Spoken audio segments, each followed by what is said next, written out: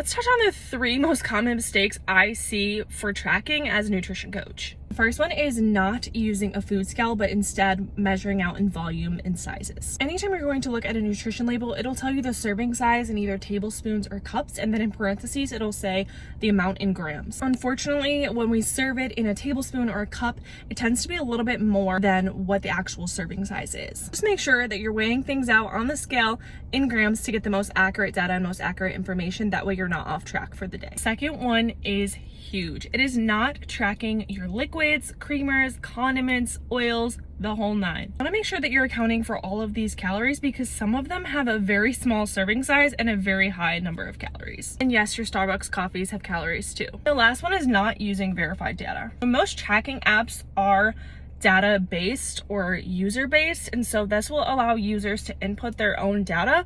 And where some of these apps fall short is don't verify this data if it is actually accurate. And that's why I love the Chronometer app, because they verify all of their data. It gives me a better chance of not having a misrepresentation or inaccurate data for my food because it's actually been checked by somebody and verified. That way I know how to stay on track to meet my health goals. Let me know which one of these you struggle with the most.